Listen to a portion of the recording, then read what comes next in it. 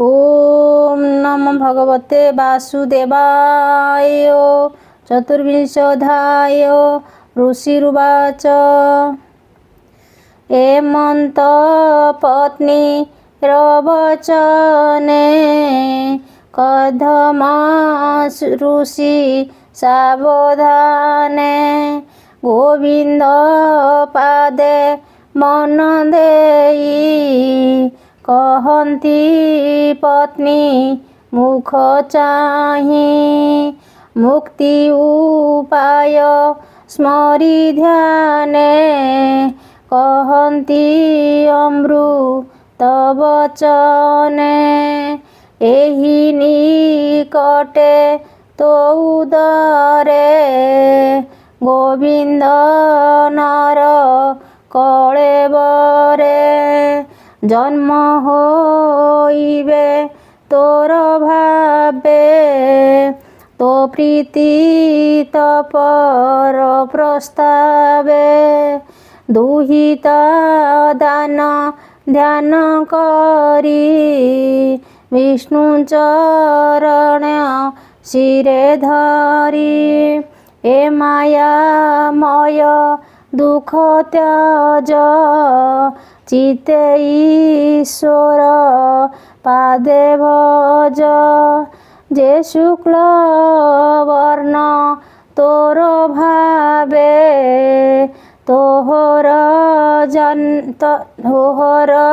तप फल लाभे संचय ग्रंथि तोर चिते जे द्वंद्व तप दर्वर्थे संशय ग्रंथि तोर चिते जे द्वंद्व तप दर्पर्थे जाहार ज्ञान उपदेशे मन को आश्वासिहर से। मैत्रेय उवाच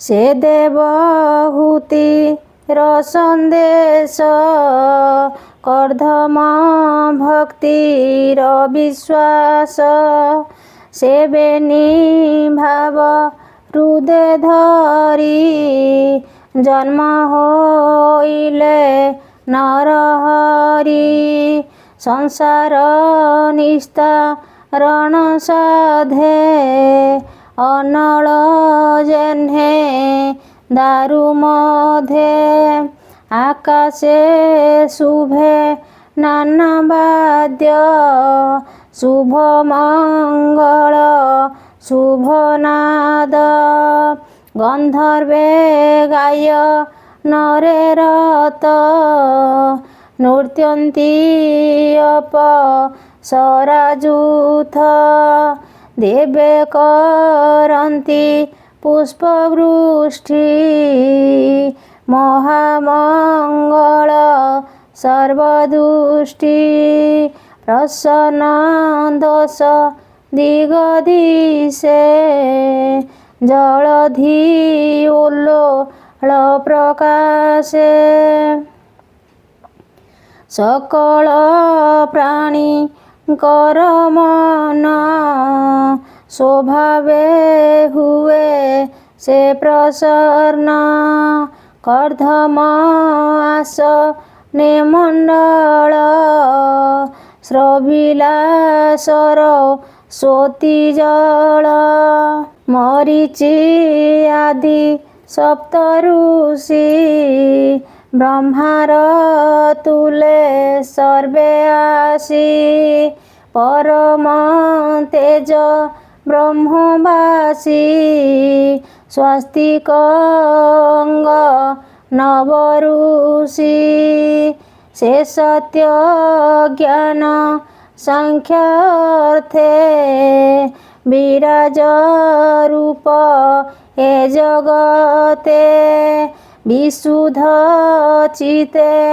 नरहरि कर्धम भक्ति हृदय धरी प्रवेश कर्धम मंदिरे ଅଶେଷ ଜନ ଉପକାରେ କର୍ଦ୍ଧମ ମୁଖ ଚାହିଁ ଭଣି ଆନନ୍ଦ ମନେ କୁଶ ପାଣି।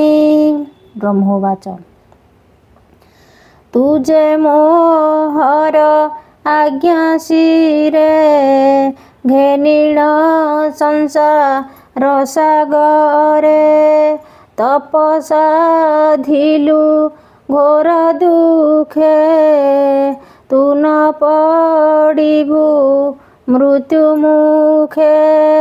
ପୁତ୍ରର ଧର୍ମଟିଏ ମନ୍ତ ଯେ ବାକ୍ୟ ଲୋକ ପିତା ମାତ ଆଦର ସର୍ବଦା କରିବ ତେବେ ସେ ବିଷ୍ଣୁ ତୋଷ ଥିବ।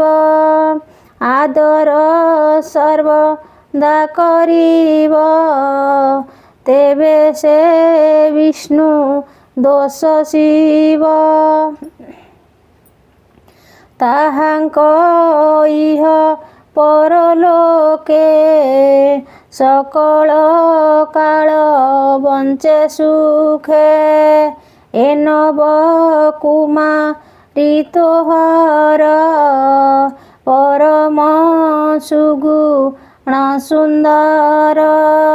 ଏ ସୃଷ୍ଟି ହେତୁର କାରଣ ତୁ ଏବେ ମୋର ବୋଲ ଶୁଣ।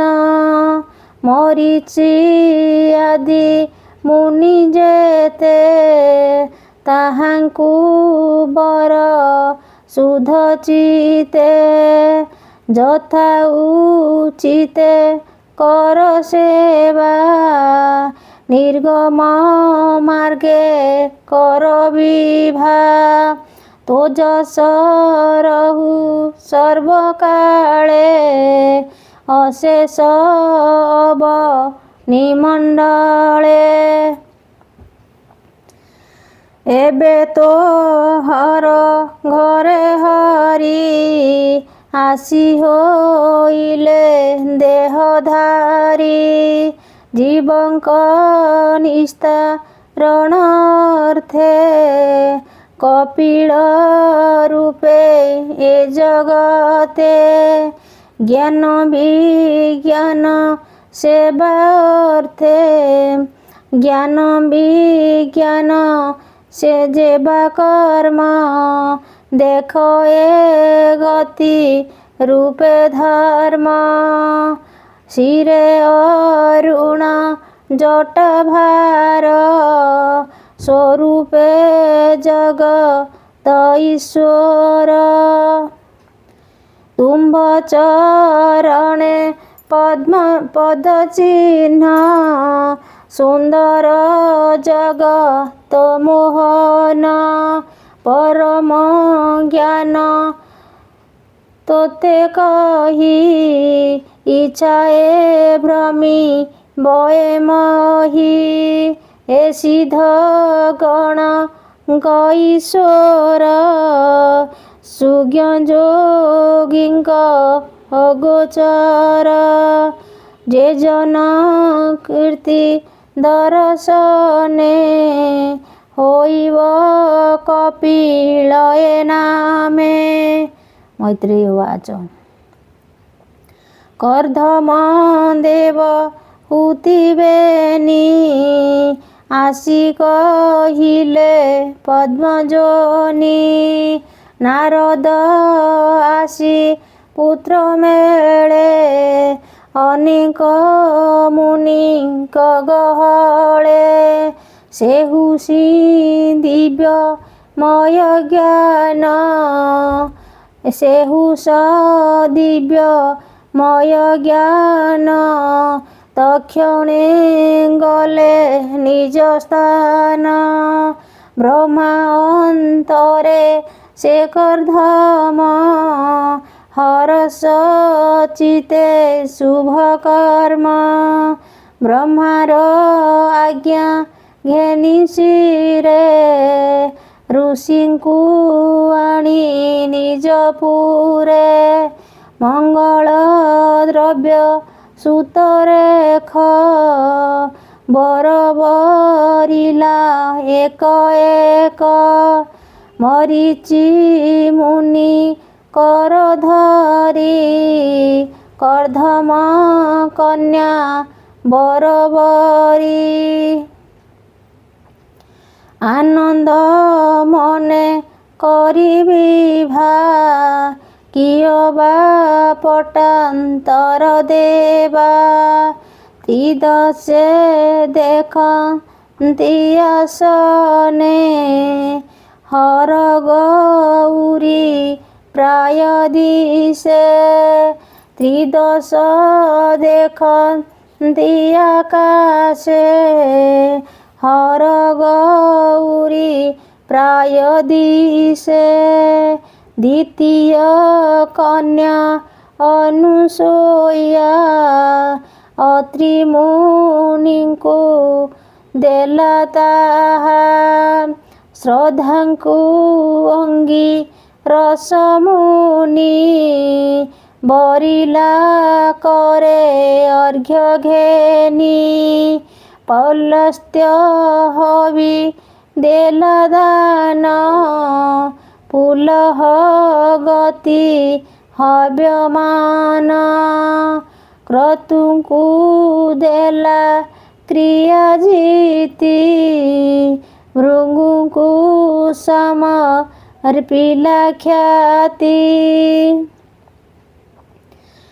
ବଶିଷ୍ଠେ ଦେଲା ଅରୁନ୍ଧତୀ ଅଥର୍ବେ ସମର୍ପିଲା ଶାନ୍ତି ଜୟ ବିଜୟ ଦେଲା ଭରି ପ୍ରସୂତି ଦକ୍ଷେ ବିବାହ କରି ଏମନ୍ତେ ସର୍ବ ବିପ୍ରବରେ କନ୍ୟାଏ ବିଭା ନିଜ ଘରେ ଧନେ ସନ୍ତୋଷ ତାଙ୍କ ମନ ଗଲେ ସେ ଯେ ଯାହା ଭୁବନ ମୁନିଙ୍କ କରି ଅନୁମାନ ସମ୍ଭ୍ରମ କର୍ଦ୍ଦମର ମନ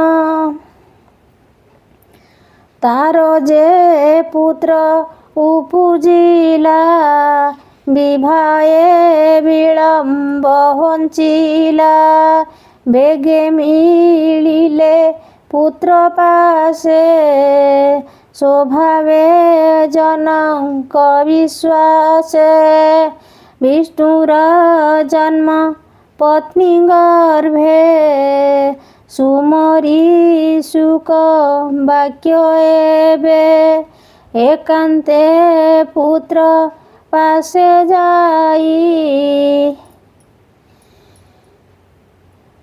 ବୋଲେ କପୋଳେ କର ଦେଇ କର୍ଦ୍ଦମବାଚ ଦେଖ ମୋହର ଦୁଷ୍ଟପଣ ନ ସେବି ତୁମ୍ଭର ଚରଣ ଏ ଗର୍ବ ଚିନ୍ତି ହରିପଥେ ପଡ଼ଇ କର୍ମ ଫଳ ଯନ୍ତ୍ରେ ଯେ ପ୍ରାଣୀ ଗୃହ ବନ୍ଧ ତ୍ୟଜେ ବନେ ତୋହର ପାଦ ଭଜେ ଅନେକ କାଳ ଯୋଗ ସାଧେ ତପସାଧନ୍ତି ଅନୁବାଦେ ତୋର ଭକତି ଲଜ୍ଜାର୍ଥେ ଯେ ଭାବ ତୋହର ଜଗତେ ନିଜ ବଚନ ସତ୍ୟ କରି ମୋହର ଗୃହେ ଅବତରୀ ଭକତ ଅର୍ଥେ ନାନା ଯୋନି ଉପୁଜେ ନାନା ଦେହ ଘେନି পণ্ডিত জনে তো বিশ্বাসে সেবন্তী তোর ভক্ত পাশে সংসার ত্যজি যে ভজন্তি ଅନ୍ତେ তো ଶରୀରେ ପଶନ୍ତି ତୁ ପୁଣି ଅନ୍ତେ ନରହରି ପ୍ରକାଶ ଜ୍ୟୋତି ରୂପ ଧରି ସେତୁ ରୂପେ ମୋର ନମସ୍କାର ଭୋନାଥ ମୋ ଦର୍ଶନ ଧର ତୁ ନାଥ ପରମ ପୁରୁଷ ପ୍ରକୃତି ମଧ୍ୟେ ତୋ ପ୍ରକାଶ ମହତ ଆତ୍ମା ରୂପ ତୋର ମୃତଙ୍କ ସୂକ୍ଷ୍ମ ଅବତାର ତ୍ରିଗୁଣ ରୂପ ମାୟା ରୂପୀ ତୁମ୍ଭେ ଯେ ସର୍ବ ରୂପେ ବ୍ୟାପୀ ତୋହର ଆତ୍ମା ଗୁଣାର୍ଥେ କପିଳ ରୂପେ ହେ ଜଗତେ ମୋତେ ସ୍ଥାପିଲୁ ପିତାର୍ଥେ ତୋ ପାଦ ଜ୍ଞାନ ହେ ଜଗତେ ଯେମନ୍ତେ ବଞ୍ଚ ଇବନସ୍ତେ ଏମନ୍ତେ ଆଜ୍ଞା ଦିଅ ମୋତେ। ଶ୍ରୀ ଭଗବାନ ଉବାଚ ତୋହର ତପ ତେଜ ବଳେ ଏ ଅବତାର ଏ ଶୟଳେ ନିଜ ବଚନ ସତ୍ୟ କରି ତୋ ପତ୍ନୀ ଗର୍ଭେ ଅବତରି